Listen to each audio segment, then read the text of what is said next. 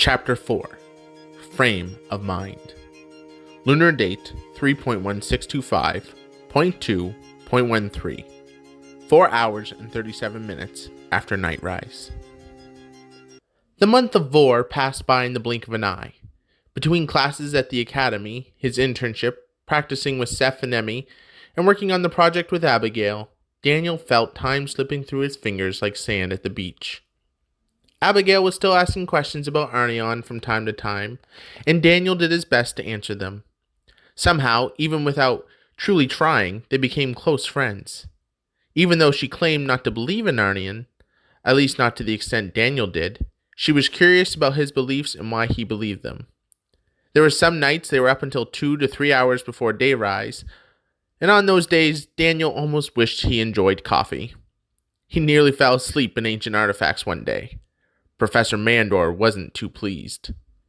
Like they had done every weekend since the start of the semester, Emmeline, Joseph, and Daniel were at the TNC Gaming Consortium playing Solar Faceoff. This time they were enjoying some exhibition matches against random groups of people online.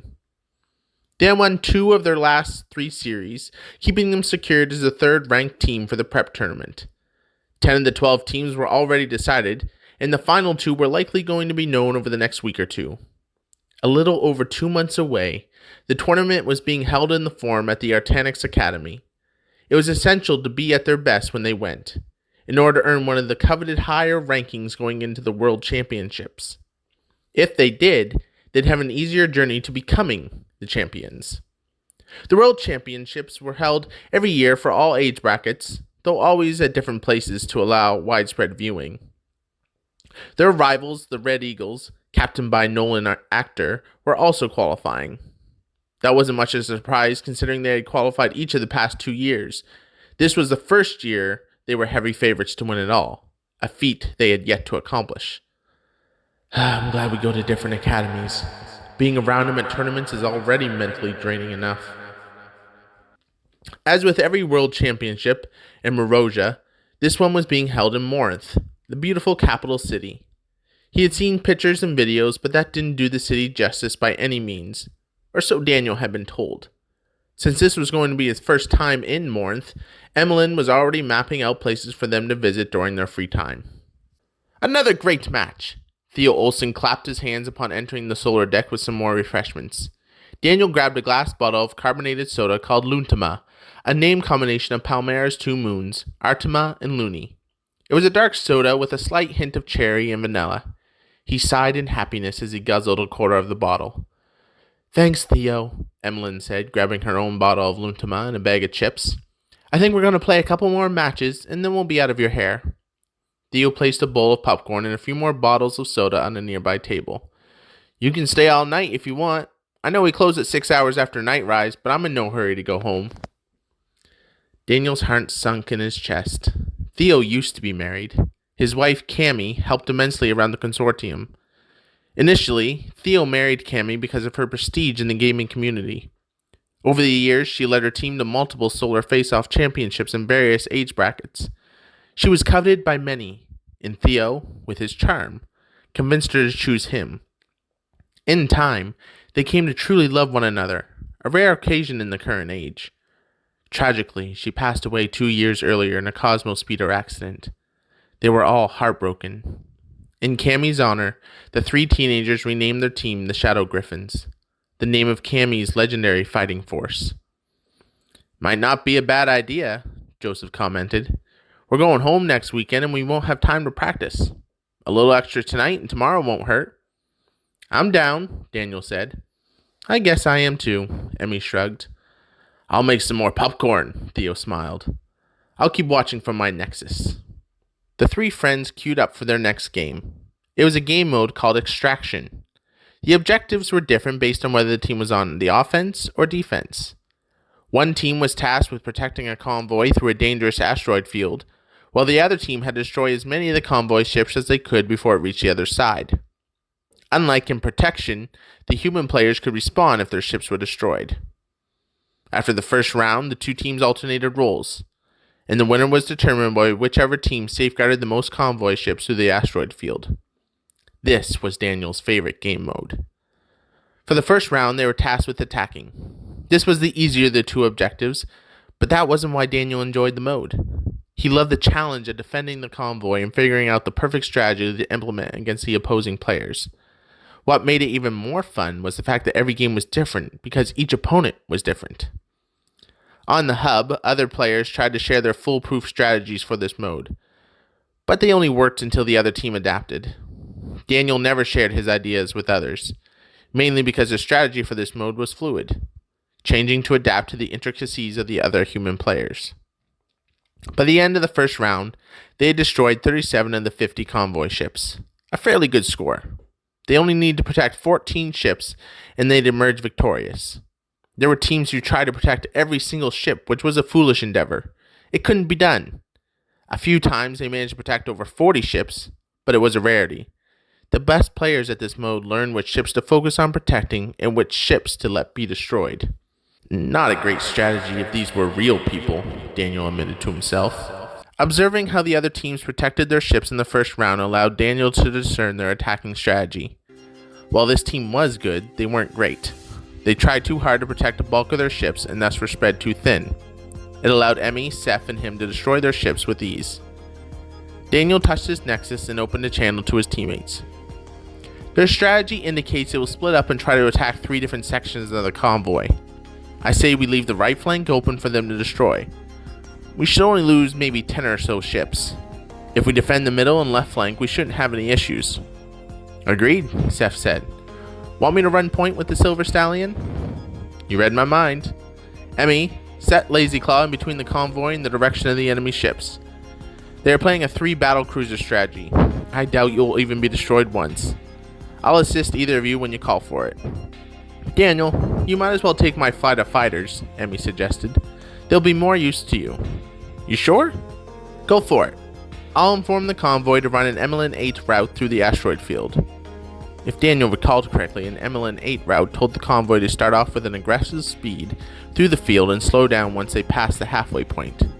Going full aggressive wasn't advised as a few ships were always destroyed by a random asteroid. This should make our attackers second guess themselves as they try to pursue it. Daniel slowly lifted his head and peered outside the main view screen. The enemy ships were not their only opponents. They had to be mindful of the asteroids as well. This is why Sef ran point with his destroyer. While it was the least defensive ship, its offensive firepower allowed a skilled captain, like Sef, to destroy asteroids in the way and fight off attackers. I agree. Best of luck, everyone. Captain Sheppard out. 30 seconds remained before the start of the second round. As he did before every battle, Daniel addressed the crew of the Dark Fang. In the grand scheme of things, it didn't have any effect on anything. He just enjoyed doing it. It put him in the right frame of mind. Attention crew, this is your captain speaking.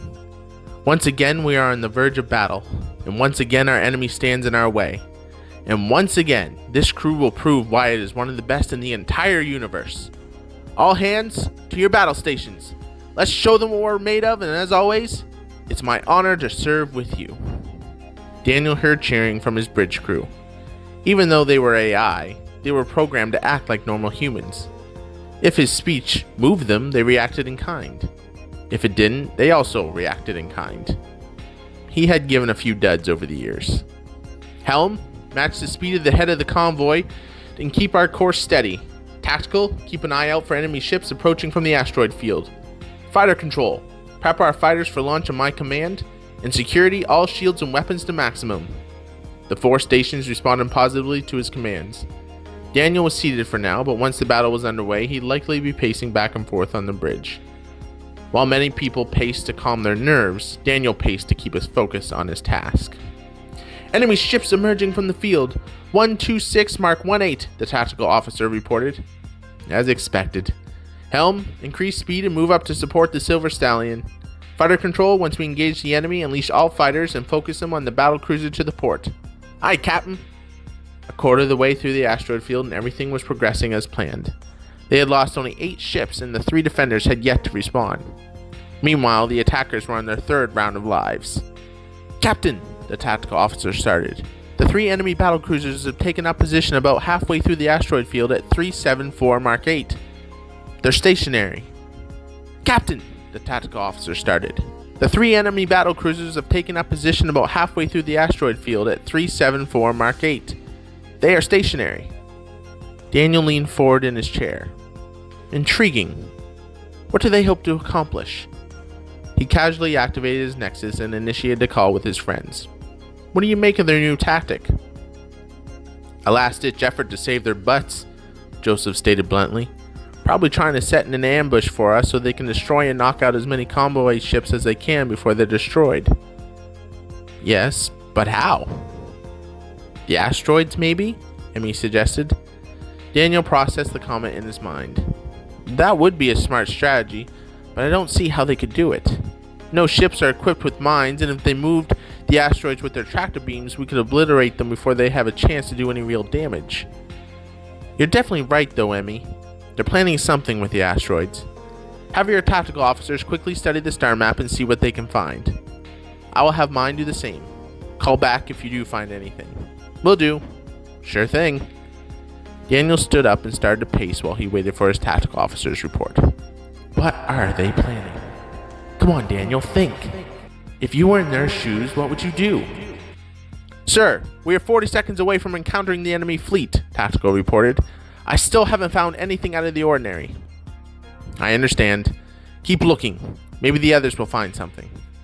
Daniel's nexus beeped and he accepted the call without looking at the device. Did you find out anything? There was silence. Confused, Daniel moved his eyes down to his nexus. Instead of a holographic image of Emmeline or Joseph, Daniel saw Abigale staring back at him. Her eyes were puffy, as if she had been crying. What, Abigale? He realized he probably appeared foolish in his Solar Faceoff regalia. Hey, Daniel. She was crying. I'm so sorry to call so late. You're obviously busy, so I should just go. Daniel started walking towards his office. No, it's fine. Just a second, though. He muted the call and turned to his tactical officer. Inform Silver Stallion and Lazy Claw that I need to accept an emergency call. Tell them to continue with the original plan. Those are your orders as well. You have the bridge. I hope Emi and Sef aren't too upset with me for taking this call. I don't imagine they will be. This match doesn't really mean anything, but we do all enjoy winning. The tactical officer nodded and Daniel unmuted his nexus as he entered his office and sat in the nearby chair. The battle alert alarms were still blaring in his ears. He muted his nexus again. Candy, mute all incoming noise from the Dark Fang. Yes, Captain Sheppard. Thank you. Daniel unmuted his nexus a second time. Sorry about that. What's going on? Abigale wiped her eyes. Dorn and I were having another fight. He keeps wanting me to skip school for the next 3 weeks to go to some political party in Mornth. Apparently all the important people will be there and this would skyrocket my career to the next level. I told him I want to stay at school, learn, and keep my grades up. He told me none of that was important because he was giving me what I always dreamed of. I told him that stuff could wait. I want to complete my field of study, you know? At least I'd be able to say I did that and it wasn't just handed to me. I understand that. You want to be proud of your accomplishments. You don't want to just be an archaeologist because your boyfriend knew some very important people. You want to be an archaeologist because you love it and earned it. See? Another voice sounded from off screen. You don't need Dorn dragging you down all the time, Abs. You don't need a man to become a killer archaeologist. Become great on your own and then have men fawning over you. It worked for my mom, though honestly I don't see the appeal myself. Daniel recognized the voice. Shyloe? The holographic displayed another girl, one with orange hair and soft golden skin in the picture. Hey there, Danny boy. We had to call you on my nexus since that idiot broke Abigale's. Hope you don't mind that she shared your nexus number with me. Hey Shyloe. Yeah, I don't really mind. Daniel's mind was racing with thoughts and ideas that he couldn't form into words. It didn't help that his ship was being rocked by enemy fire. A few seconds later, he noticed he was sitting in the respawn queue. Apparently, he'd been destroyed. Oh well, this game isn't an important one. My friends will understand once I tell them. Wait, what happened to your nexus, Abigale? I should have mentioned that Shyloe was here, Daniel. My mind is a mess right now, and after everything that happened. It's alright. She wiped tears away from her eyes again. Oh, okay. I think I'm good now. Anyways, we all went to a lunar club tonight. It's where we had the fight. When I told Dorn I wasn't going, he got angry. He grabbed my wrist and ripped my nexus off. He then chucked it against a rock and it shattered. He jumped in his Cosmospeeder and left us here. We don't know anyone. All of our other friends are either passed out drunk or away for the weekend. I can't connect with my speeder since my nexus is broken and Shyloe's speeder is being repaired. So I was wondering if you wouldn't mind coming to pick us up? Yeah, sure. Shouldn't be an issue. I'm actually out with Emmeline and Joseph right now. We have Emmeline's speeder. I'm sure she won't mind if I borrow it, though. Send me the address. I'll be there as soon as possible. Oh, thank you, Daniel. Abigale sighed with relief. It was then Daniel noticed she was wearing more makeup than normal in a half-white, half-black spaghetti strap dress. You don't know how much I appreciate this. No problem. I'll see you soon. Daniel strode out to his bridge to evaluate the damage his absence may have caused. Report! The tactical officer stood up from the captain's chair. Not good, sir. The enemy has eliminated 36 ships of the convoy. If they destroy 2 more, they win. As I expected. Whenever any team loses a human player, the momentum shifts in the favor of the opposition. Very well, he sighed. I know you all did your best. I'm sorry for letting you down. 2 more convoy ships were destroyed and the game ended. Before disconnecting, Daniel spoke to his bridge crew. It's been an honor to serve with you. I will see you in our next match. Daniel congratulated the other team before shutting down the game. Everything all right back home? Emmeline inquired nervously. Back home? Daniel asked. Your officer told us you answered an emergency call. We were concerned it was something from back home. Oh, no, everything's fine at home. At least as far as I know. Actually, the call came from Abigale. Joseph's eyes perked up. Really? Now I am intrigued. Apparently Dorn, Shyloe, and her went to a lunar club tonight. Dorn and her got into a fight. He broke her nexus, so now they don't have a ride back to the academy. They were wondering if I could pick them up. Daniel turned to Emmeline. If you don't mind me using your speeder, that is. Dorn seems like a real coda. Emmy was unimpressed and her face showed it. We might as well come with you. No point staying here with just the 2 of us. We won't be able to win any games that way. Yeah, sorry about that. I take full responsibility for this loss. You better, Emmy joked. We were a little miffed at first, mainly because you didn't tell us what you were doing. Just send us a quick message next time. We will understand. Noted. Thank you for understanding. As compensation, you can write one of my research papers, Sef said, not joking. I will help you with your research. How about that? Daniel countered. This way, Emmy can't be upset with you asking Candy for help. Sef seemed to weigh his options. Deal. All right. Daniel's nexus beeped. It was the address to the club. He instantly shared it with Emmeline. It's about 15 minutes away. We should get going. The 3 friends changed out of their gaming clothes before leaving. Theo was sad that they weren't able to stay, but he understood. When a friend needs help, you drop everything else, he said with a nod. I will see you tomorrow. So, what happened in the game? Daniel questioned once they were on their way. Did they ambush us like expected? Oh, yeah, Sef responded from the passenger seat in the front. The top of the Cosmospeeder was down since the night was surprisingly warm for spring. Sef's close-cut dark green hair fluttered slightly in the air as Emmeline ascended higher into the air. Even if you were there, I'm not sure how well we might have fared. Daniel was genuinely curious. What do you mean? As far as I could tell, they did something to the asteroids to make them explode. Emmy and I were so focused on keeping the convoy safe, we didn't study the sensor data before shards of asteroids started raining down on us. Everything was chaotic after that point. Our ships were destroyed constantly by the asteroids. By the time we were back in the game, the enemy had us separated from most of the convoy. I've been thinking about it since the game ended, Emmy added, and I still have no idea how those asteroids were destroyed. Daniel addressed Emmeline's AI. Candy, can you access the sensor logs from all of our ships in the last match and send them to my nexus? Certainly, Daniel. As long as each of you gives me permission to share those files. Candy responded in a male voice with the accent from Northern Calmorn. Daniel looked ahead and raised his eyebrows. Sef also noticed the new voice for Ellen's artificial intelligence. Well, if this isn't the unicorn calling the kitsune a myth. Hey, if you can have a female candy voice, I can have one with a cool accent. Wasn't the Northern Calmorn accent voted to be the sexiest in all of Palmara by members of the Hub? Daniel asked. No one asked you, Daniel. I think it actually sounds pretty cool. Sef began to imitate the accent. At least he tried. Yes, Emmy. Anything you desire. I don't mind helping you with your project, Emmy. Slow down, Emmy. You're driving too fast. Emmeline scoffed. He never says that last one. Actually, Emmy, Candy interrupted. I've said that exact statement 3 times in the past week. Great. Ratted out by my own AI. Thanks, Candy. Both the AI and Joseph responded in the same accent. You're welcome, Emmy. They all laughed as the sensor data appeared on Daniel's nexus. While anyone could watch and rewatch their Solar Faceoff match, only the ship's captain could study and share their sensor data. It allowed players to study their opponents without everyone else being able to use their data to do the same. After a few minutes, a couple notifications on the lower right of the holographic screen informed him that he was being referenced on the hub.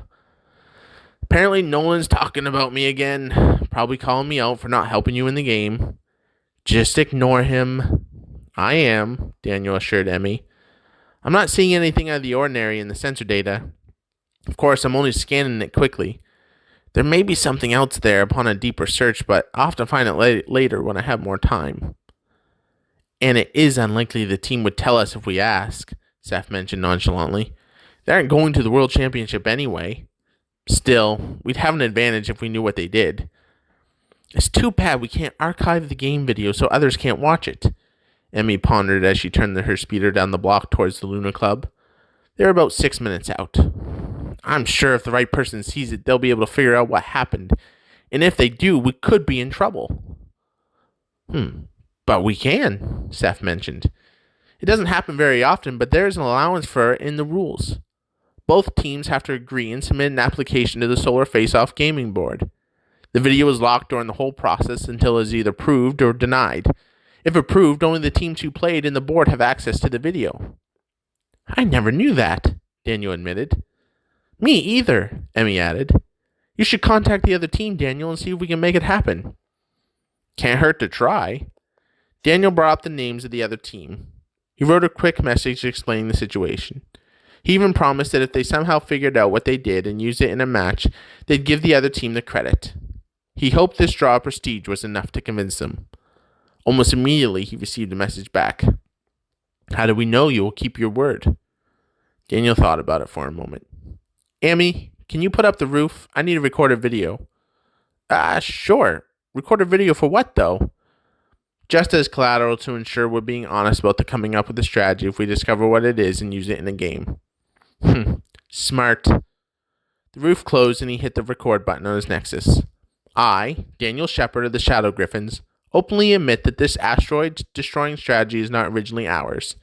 It was used against us in the game against the Little Elephants on Lunar Day 3.1625.2.13. I'm sharing this video with the Little Elephants so that they have assurances that we will be truthful about this strategy. If we are not, they have my permission to share this video with the Solar Faceoff gaming board and post it on the hub.